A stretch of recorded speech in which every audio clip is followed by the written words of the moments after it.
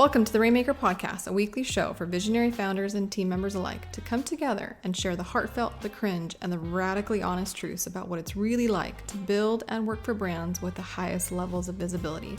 I'm your host, Veronica Romney, and after working for some of the biggest names in the online space myself, I've learned that it takes both leadership and collaboration to truly scale a company to its greatest potential.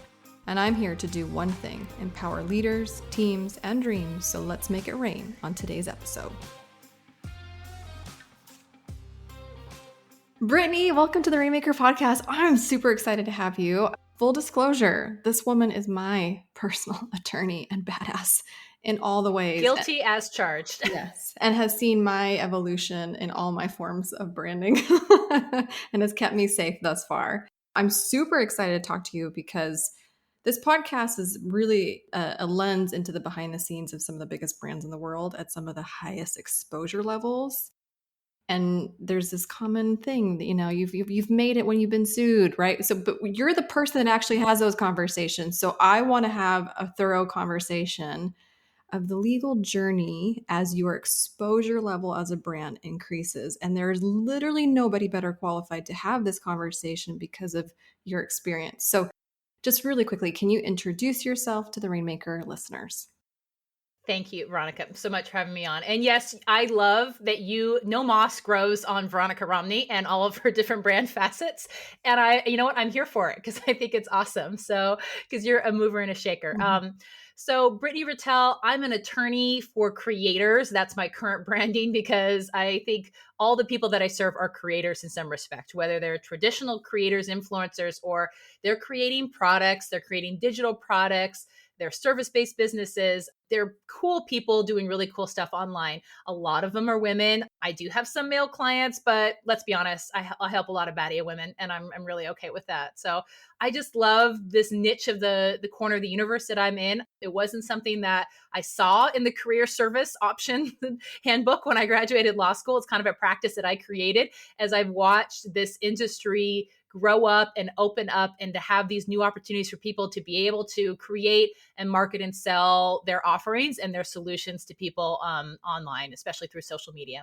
Yeah. And you've had a client roster. I knew you weren't going to name drop, so I'll just do it for you.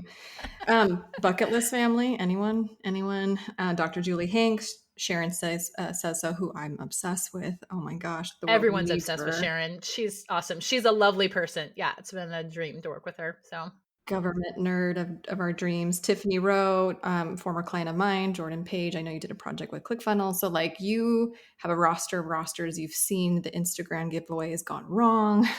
You've seen the employee contracts get ripped up. Like you've seen some things, shall we say? Yes. I've seen some things, yeah. And it's hard because I always try to strike that balance of what's the appropriate level of risk to take, because the goal in business is not to have zero risk, because that means you're not doing anything. You're not offering anything. You're not talking about anything. And it's also not to go in, as I say, not to be like a base jumper without a parachute. Because I have some clients who tend to lean more on that side and, they go and offer. And then we have to do more of like ER doctor cleanup, which isn't ideal because it usually costs more in terms of time, money, stress than ideally we'd like to. But there's an appropriate level of risk there. And so I try to share about that when I can, but it is a little so challenging because obviously I have to protect my client's confidentiality as their advisor. That's something I take very seriously. Yes. And that's probably my favorite thing about you. I literally, a week ago, I get a voice memo from Brittany that's like, okay, so here's the deal. Here's the shades of gray, shall we say. Right. You can either do this and then you'll never, ever have an issue, or we can do it this way. And there's a potential, right, that because as the exposure level goes up for even you, Veronica, you might get a knock at the door, and this is how we can be proactive about it. Or you can be like, F it, let's just do it. Like you literally gave me the shades of gray. Because that's realistic. And I think that's my job, is to be an advisor and not to just come and pop bubbles for entrepreneurs of being like, nope, you can't do this, because that's not realistic. And that's not understanding your perspective and the opportunities and risks in front of you. It's to say, these are the options. Here's the spectrum of risk you have. And I want you to be empowered and knowledgeable so that if you go in with some more risk, you have it eyes wide open, and we're both on the same page. Yes. And you can twerk like nobody's business. So let's just add that she's the coolest lawyer you'll ever meet in your whole life. I Anyways. have been known to get involved in a dance battle or two, even to snag a couple clients that way. So it's not something, again, that was taught in my professional responsibility course. I don't believe there was any, particular lessons on that, but yeah, not against it. Certainly not against it. Okay, let's take the journey through brandhood, right? You're coming up, you launch your beautiful brand, we're in the multiple six-figure range. Like there's this playground stage between half a mil. I don't know, you put the parameters of where you feel the levels make a shift, where I feel like Mm-hmm. it's, at least from in my experience and when I was there, it was more offensive. Right. And then it gets to a place of defensive. So what is it like, or what would you, I mean, this is where you get to really flex your genius here, but like, what are the common things that we need at certain levels, and what are the common pitfalls that befall upon good-hearted entrepreneurs in those early stages? Right, as you start to grow, for sure. And I think this is a great question. For me, there are usually some coordinating mile markers that come with revenue, but sometimes it's also doing things like something that when you pass this mile marker, it should kind of tip up in your brain. I need to check in and see if I'm covered. Are, when you're launching a new product. And so if you're shifting into an area or investing heavily into a new product, maybe you've been doing something and now it's a new offering, or it's an offering that you want to last for a while, or you're going to be putting a lot of ads and money around, you should be doing brand protection for sure around that. So the very minimum, making sure that you do a trademark clearance search, comprehensive search of both common law and the trademark database to make sure it's clear. And then if it's something that you want to invest in, or if it goes really well in your first launch, you should probably be moving forward and trademarking that and protecting it. And you do that for lots of different reasons, but the main ones are so that you have peace of mind, that you're not stepping on anyone else's toes, and you can feel confident going forward and you're not like checking over your shoulder. And also that you can keep other people away, that you get those exclusive rights, and you can make sure that people have confidence. If they put something into Google, if you have your SEO tidied up, people are going to come to the right offer and not be confused by something else. So yeah, so that's always a big one in terms of having a new offer. I would say the other big mile marker and milestone should be is if you're hiring and growing your team. That's another point that I see as people shift from, and I know you understand this Mhm. better than most, from solo and I'm doing all the hats to I'm growing my team. And normally I see that progression in terms of hiring contractors and freelancers, which is awesome. Love that for you. Love that for everyone. Make sure those people are true 1099s, meaning you are not giving them too much specifics on how to do their job. They're supposed to be able to have control over the manner and means in which they do their job.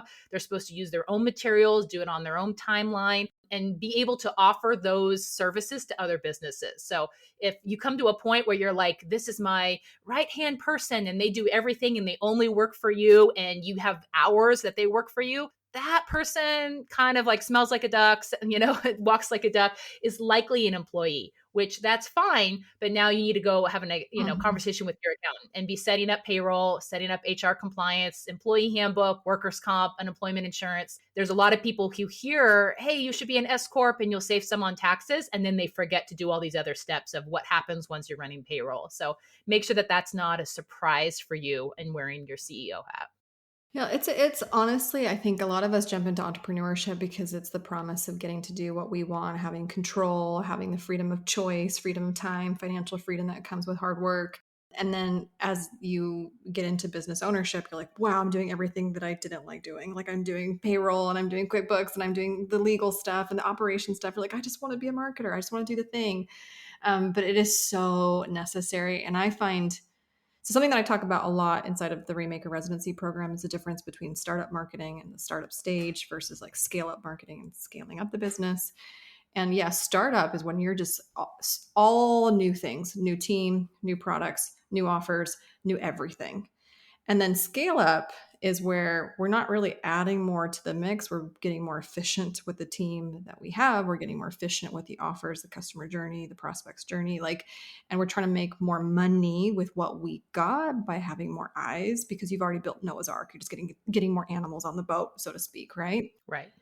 Okay, so it's interesting to me because I and you and I've talked about this before. I've gone through some legal battles that Brittany is fully aware. I've sold businesses. I've signed employer agreements before. I've very politely told people I will not sign XYZ to like silence me or things. I mean, I've been through some stuff, and so have you.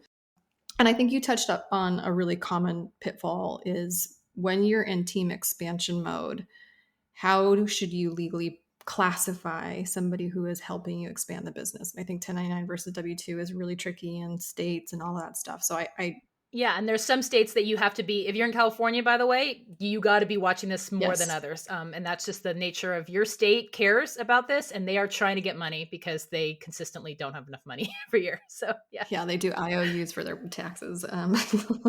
Right. No, and it's true. And every state is different. And like, so yes, I can't even imagine an entrepreneur going through the journey without having a lawyer by their side at all times. But it's interesting because sometimes visionaries go so fast and they're shooting out so many new initiatives. And I remember I came up to you once, I'm like, okay, so I'm doing lots of things. I'm going to do this workshop. I'm going to do this. I'm going to do that. At what point do I trademark? And I loved your answer. Hmm. I don't know if you remember the answer that you gave me, but I was in a stage of startup where I was like, I'm going to do this. I'm going to do this. And I'm going to do this. And at what point do I need to like protect it? Do you remember? Right. So, I mean, I say a lot of things. So, yeah, hard to say what the specific. I usually give, if you love a name, if you'd be heartbroken if someone else came around and had to use your name. Because I see some people, I think, jump the gun a little too early and they want to trademark everything before they've even tested Mhm. it, before they know if it's even resonating with their audience. And, and because of the timeline that we're dealing with, a lot of people don't realize if we filed a trademark for you tomorrow, I don't expect to see a registration for a year. That's the current timelines that we're dealing with. And anyone who tells you differently is lying out there, Fanny, because that's just the how DC is in terms of they don't have enough trademark attorneys. So because of that timeline, I think you want to have some confidence and know that you can invest. And this is already something that's had a little bit proven of traction underneath its feet. Yeah. So before you trademark. Yeah. Yeah, and it's interesting because I think you brought up the fact that everybody has different risk thresholds, right? And I think if you don't mind, I would love to talk about kind of the ethics side of the arena that you and I play with, right? Because I think there are some entrepreneurs who construct their legality or their legal protection around like what's right or wrong from an ethics standpoint or a value standpoint for the customer. And then I know there's some other visionaries that are like, nope, I protect me first at all times, and I Right. want to treat anybody who signs an agreement with me almost like if both of us were to get amnesia tomorrow, like I am protected no matter what, right? Because people change. Yeah, like no benefit of the doubt, Yes. Yes. everything written down. So yeah. And I always like to say the legal line should be a floor in terms of your behavior, like the legal line in terms of copyright infringement should be, this is the worst behavior that what you're going to do is you're not going to infringe on someone else's offer. You're not going to be using another person's trademark in a way that's purposely or pretty clear that it's confusing to your audience. You're not going to use someone's media because you didn't belong to it. But there's Mhm. always an ethical hedge above that I think you should be introspective about what's normal in your industry, what feels right in terms of giving credit where credit is due, and understanding that the agreement says this, but were there gotcha things in there that weren't clearly enumerated, and what feels right in terms of the way that you want to show up and treat your vendors, your laterals, your colleagues, your clients and customers. And that should really inform so that you feel like you have integrity in your business and you're showing up the way that you want to. So, because I do like to give people the benefit of the doubt, but I also like clear conversations. And that's why a fairly drafted contract is nothing to fear, because it's just giving both parties a chance to work out the details, and let's get it all out here on paper. And then let's also talk about the stuff that no one talks about, because it's unlikely to happen. But if it is, and we have COVID and we end up in force majeure land and we have to cancel this giant event that no one foresaw coming, how are we going to handle that? Who's footing the bill? Yeah. Yeah. No, 100%. Okay. So I'm going to ask you some scenario based, and you don't have to name Yes. names, but anyways. Okay. So scenario number one, and let's have a dialogue, an honest dialogue about the things that you've seen and some of your advice. So scenario number one, business partnerships go wrong. And I have personally worked for business partners, duos, trios. Like there was one where there was four of them. 80% of partnerships don't work out. Like the stats are really against partnerships because it's for a variety of It's reasons. a lot of moving pieces. Yep. Oh man. And then your families and this and that. And if somebody gets sick or somebody doesn't like uphold their side that they said they were going to do. Someone gets pregnant and someone moves and someone gets a different job, and yeah, seen it all. Yep. Yep. So can we talk about that? Like, because I feel like it's almost like the negativity around the concept of a prenup. It's like, well, why are we signing a prenup if we love each other? Do you plan on divorcing? Like, it's like, so what is your counsel, or what do you see? What's the worst case scenario? What's the best case scenario when it comes to business partnerships? Business partnerships. I love this question. I do love a business prenup. And in fact, that's what I call operating agreements. And I'm working and advising some clients right now. Someone who's a serial entrepreneur, has owned several businesses successfully, and he has other partners, and some of them are family members. And I think, especially if you're getting into business with family or friends, that there's an underlying relationship that you care about, you definitely need to go through this exercise of writing things down. Because, like I said, it will force you to have conversations that might be slightly awkward. But what you are trading is a slightly awkward conversation now instead of a big fight later, because you're going to have to talk about, I know we don't think any of us will want to leave and exit, but life happens and sometimes opportunities happen, and we want to be prepared for that. So if one of us wants to leave, what will that look like? Do we want to say now how we're going to value the company? Are we going to make it really clear that all this cool stuff that we've been throwing and working into the business pot, like the products and the offerings and the blog posts and the video and the email list we've been building, that's a big one now, all that customer data, that all belongs to the business pot and not to us individually, and make it clear that when we leave, those are not things that can be taken with us. And then especially to have a conversation about non-compete. Can one of us now take this idea or be in the exact same niche and have a very similar offering, knowing now what we've known? Or if we leave, we need to have a cooling off period. There needs to be some time or distance or geography that kind of separates us, and that's clear. And I have a whole podcast episode on this. Someday I'll turn it into a product that has a questionnaire that walks people through this process. And I say, ideally, I'd love to see you guys listen to the podcast together, go take a weekend retreat somewhere, do something fun, and work through and make sure that you can match everything from vision to roles in the company. How many hours are we going to be putting in every week? Is this like a lifestyle company that we can actually see our families and have healthy relationships? Or are we like Sprint? We want, gangbuster growth, and we're both all in? Because those are all really important conversations where you need to be aligned, or you're setting yourself up for drama from the start. Yeah, man. It's business marriages. Business marriage is already hard. Business marriage is even harder because then especially if there's other voices that are involved too. But okay, scenario number 2. I didn't even know this podcast was going to go in the direction, but I'm kind of loving it. So something I see often in the industry is the Instagram giveaway or the giveaway drama or the prizes and the like, oh man. Right. And I've worked with some very, very large brands who did very high exposure giveaways. And I think it's like now this crippling fear to do one because everyone's looking to like call you out. Right. What have you seen? What would you advise? What would I advise? I would advise to have very clear terms. And if you don't have an attorney or someone to help you through, to make sure that you understand the way that promotions work like this, which is that the big rule is that you cannot make giveaways an illegal lottery. Okay.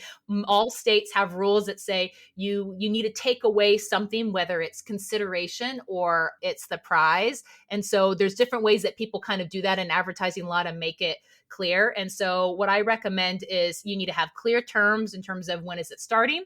When is it ending? How does someone win? Is it going to be random, or is it going to be like merit based, meaning we're going to look and judge and do things? Either way is fine, but what's not is mixing it or not being clear with your audience. And then if it is going to be random, you need to have a clear and a free means of entry. And so for most people, they've agreed, and most people in advertising law and lawyers who work in this space say, giving a simple email address or a really simple survey or having to post something is probably fine because it's free, doesn't cost anyone, it's really quick. What's not okay is saying, hey, we want you to fill out this huge market survey, or we need you to do step, A, B, C, D, E, and F to enter, Mhm. because now you're asking a lot of people and they're giving consideration. And that means it's the same as them going to a gas station and buying their lottery ticket. So, which is not okay. So I have a whole kit on in my shop creative contracts. It's basically a giveaway promotions kit that has everything from your little caption form to your long rules that should live on your site for this exact reason, so that people feel like they can do giveaways and do it with confidence. And the other thing I would say is that if your prize is getting bigger, like if it's going to be over, over $500 to $600, you might be triggering some IRS considerations, or there are also some states that need you to register and post bond. So if it's a big ticket item, make sure you have counsel that's helping you go through those hoops, just because you are a bigger target, and it's not to say that you can't do it, but let's do it and work smart in the process. Well, and giveaways can be lucrative. It's one of the most profitable things that you can do working with big brands that have extremely high follower counts or big email list, right? Where then you pay to play. So if you want to be a part Right. of this company or this brand's giveaway, you have to pay us 5K to even be in the giveaway to have you be a part. I mean, it's a big deal in the industry at some big levels and high exposure, high risk. High exposure. And you should know, if I was advising someone, one of my clients, I'd say, who else is in the giveaway? Mhm. Are these reputable partners? Who else are the other players? How many of them are there? Because if it's a huge giveaway, that's just a higher risk of someone else not doing what they should be and not having good terms, or not being clear that it should be people over 18, that we're not using our customer data being used for stuff that we shouldn't be, because we didn't advise people and we don't have a privacy policy covering that and capturing that. And so those would be my concerns. There are, who are my other players in here, and are they watching their back? Because we're kind of all throwing our hats in Yeah. together, and we want to make sure that you're understanding that risk. Yeah. It just takes one person in the party to ruin the party. Right. And now everyone's ending up on BuzzFeed, which is no Yes. good. Yes. Okay. So this next scenario, affiliates. Oh my gosh. Probably the biggest affiliate thing that I have been a part of was when Boss Babe was an affiliate for Tony and Dean during one of their epic launches that broke the internet 3 years in a row. Right. And I remember the first time they did it, it was like over 4,000 affiliates. The second time they did it was still hundreds of affiliates. I mean, at that level, at that point, your affiliate program is literally requires a police force, because Right. how Of do you enforcement. control the brand integrity? How do you make sure that they're not manipulating the thing that we're doing, or like putting their face with Tony's face unauthorized? I mean, it just gets batch crazy, Or putting coupon codes out on, all those websites that they're not supposed to, right? Right. or spamming. Yeah, for sure. Right. So, I mean, baseline, you should have an affiliate agreement. Anyone who's running any affiliate program needs to have an affiliate agreement that outlines, here are the stuff you can do. Here's all the black hat marketing that's not okay. And Right. if you do it she's not with us, she doesn't even go here. Like, you want to be able to distance yourself and be able to show, hey, this is not part of our program. They're outside of compliance. And then, yeah, you definitely are going to need to have support for that level of people and exposure. And I mean, the step before then is, like we talked about, you need to make sure that your brand assets are secure. You should have already taken care of trademark of your brand, your, Mm. your logo, your slogan, your main offerings, and also copyright of your big assets, and make it really clear. These are the licensing terms, because that's basically what you're setting up with your affiliates is, here is a license that you're getting and how to use them. And I always like having legal terms and then also practical guidance. And so make sure you're educating affiliates, because most people want to do what's right, but they need to know, and they're not going to read through the fine print. And so make sure you're educating them. Here's how you can use these assets. You can use this template, or you need to use this asset the way it is. It's not to be changed. You can't mess with the logo. You can't be getting and buying domain names or having social media names that are confusingly close to ours. This is something you can be doing on your existing channels, because I've seen people do sketchy things in terms of trying to divert traffic. And if there's enough incentives there for people, then the market is going to create some weird things. People are Yeah. going to be it's going to be worth it to them to try some shady stuff. So We'll be back with this interview right after the commercial break. Did you know that I have a free Rainmaker hiring kit?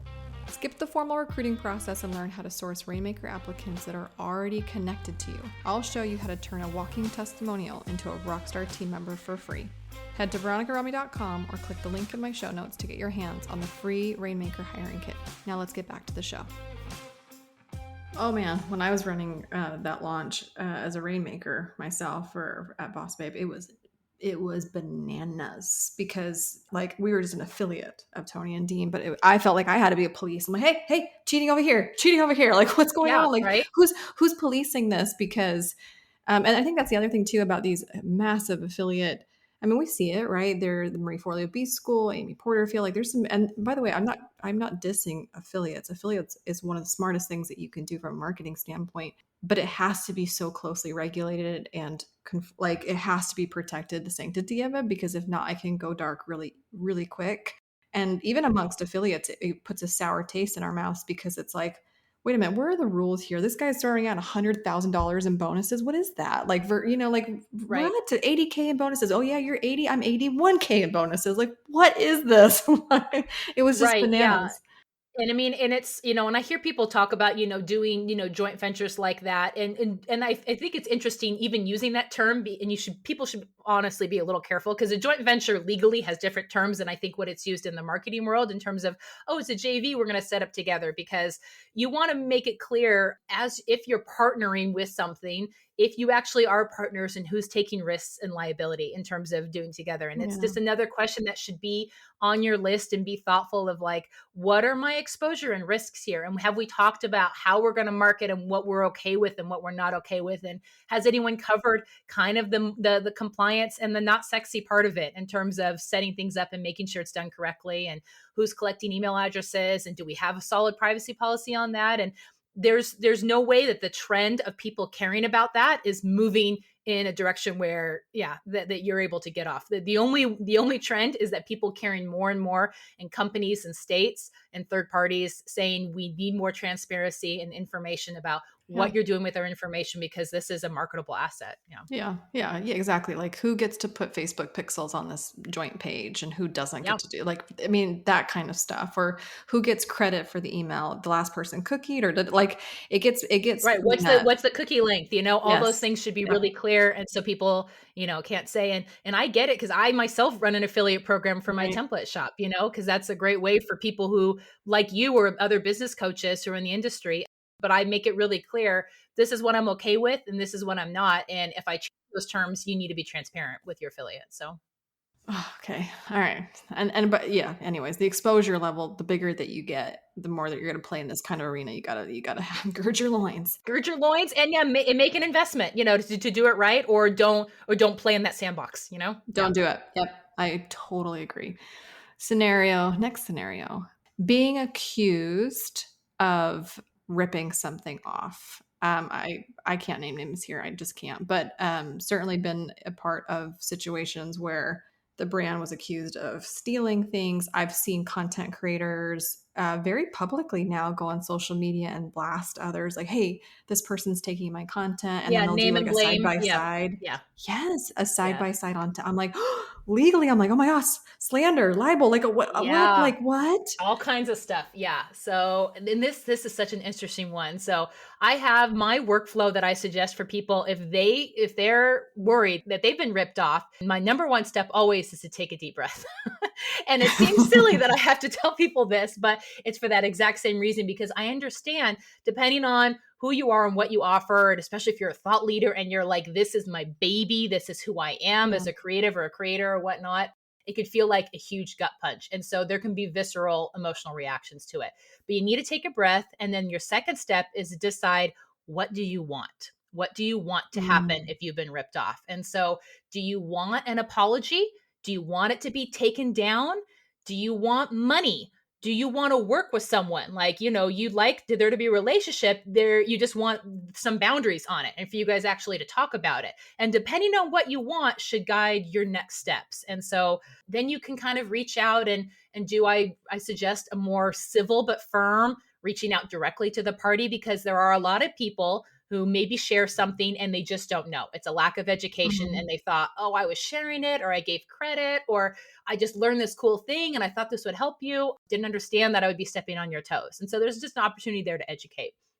There's other people who probably know better and are, it's a more malicious. And then that way you can decide if they stonewall you, if you need to get a lawyer involved and do a cease and desist. If you need to have, damages assessed in terms of, I think you've been diverting traffic or you've been getting sales, or there's other things, bigger issues that are going on here. And an attorney can help you kind of assess what are your options there. And I say the very last step is to name and blame, because I've seen people do that early on and they regret it Yeah. because they got more information about it and they realized, oh, this person actually did create this earlier and now they're showing me proof. Because there's such a thing as parallel discovery, which is a phenomenon of like, when the market is ready, multiple people can discover and kind of talk about and write about something or offer something at the same time. It's like boundaries are really hot right now, or so is houseplants. So if someone had a business combining those, I honestly wouldn't be that surprised. And there could be two of them and they could not be copying or ripping each other off.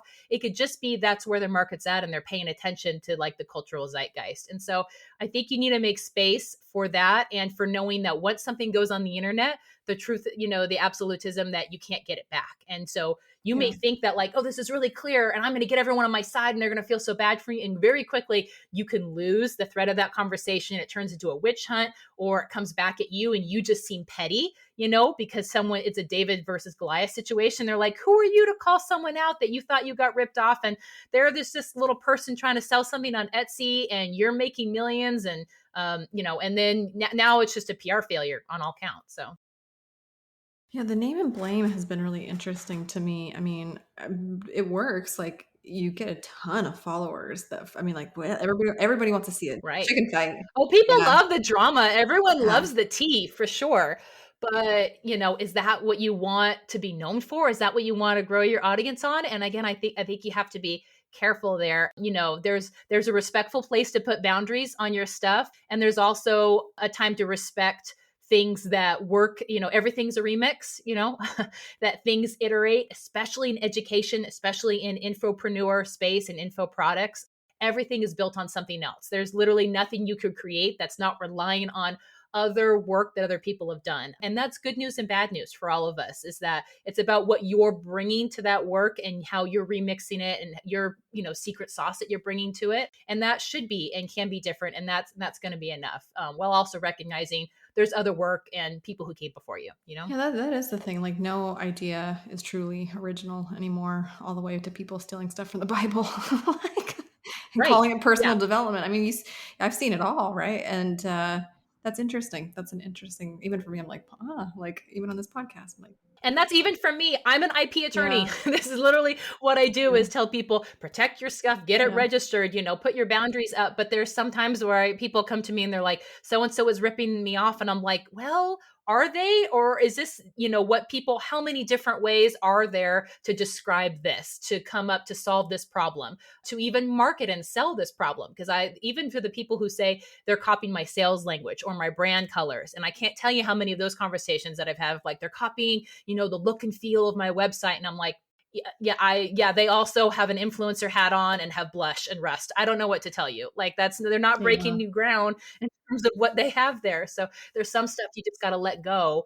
That's not infringement, and it's not, and you're just wasting time and energy instead of looking forward, because someone who's ripping you off can only steal what's behind you and what you've done. They can't see what you can see.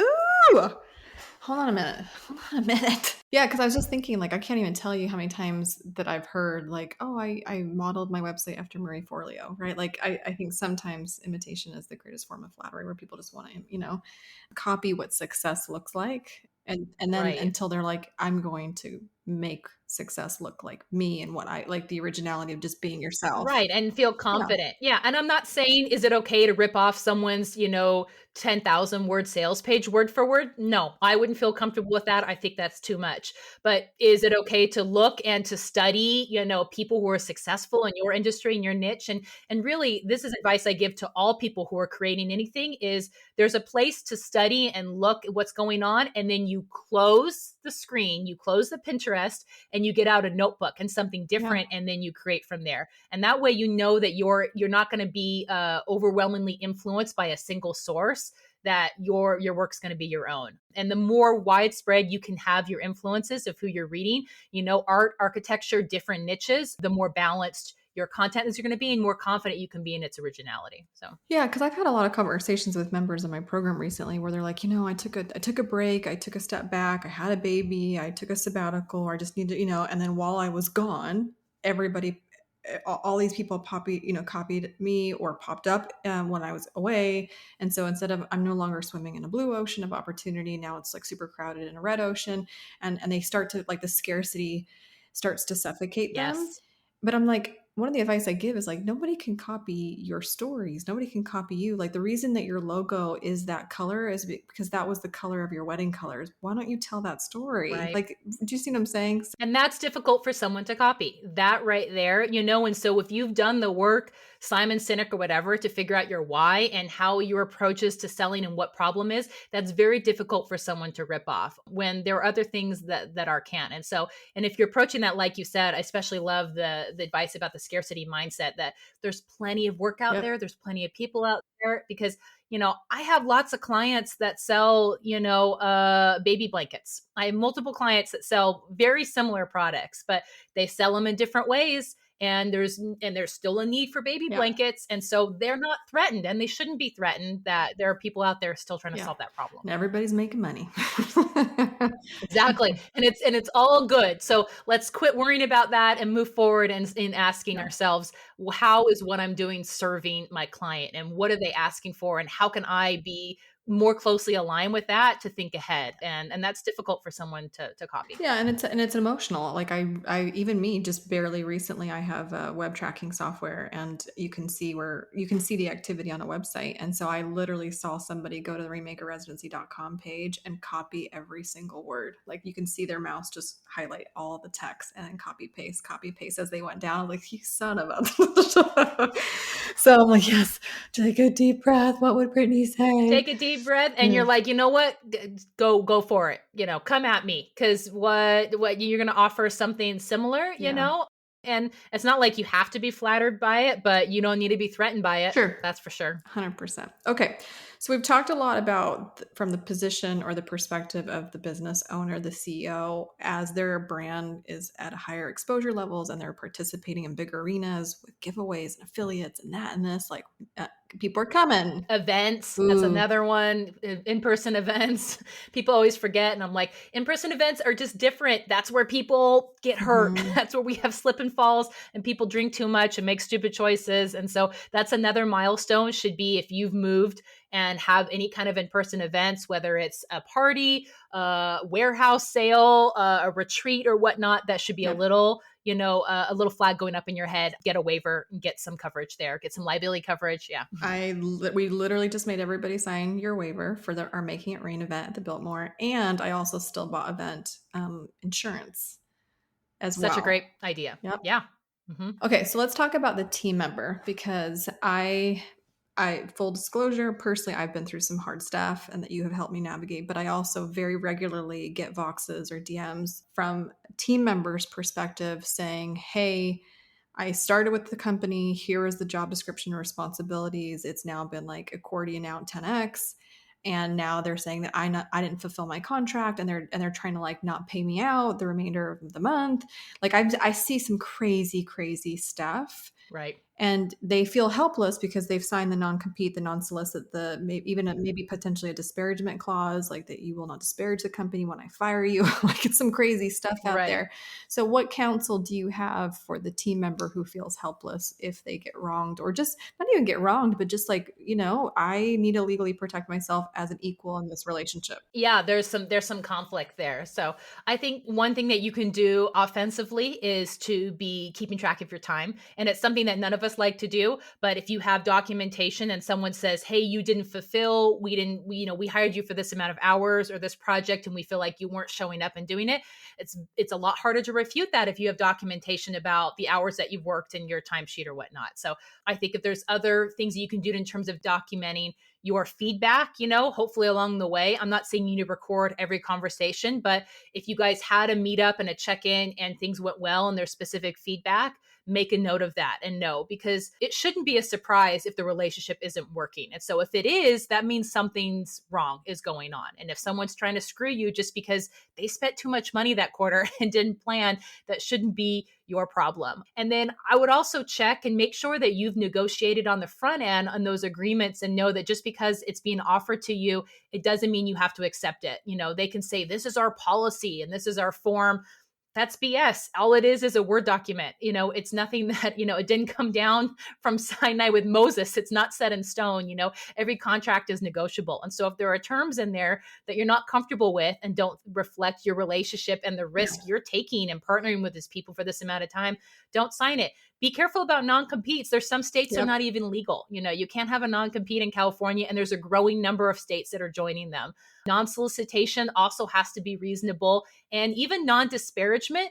Be careful about that on both sides, because there are laws that protect, that say if you work for someone, you have the right to talk about your workplace conditions. And so I've seen some of those language in contracts that I'm like, that's not enforceable at all. And if someone did, the whole contract would be thrown out as void. So, yeah. I've been there, that.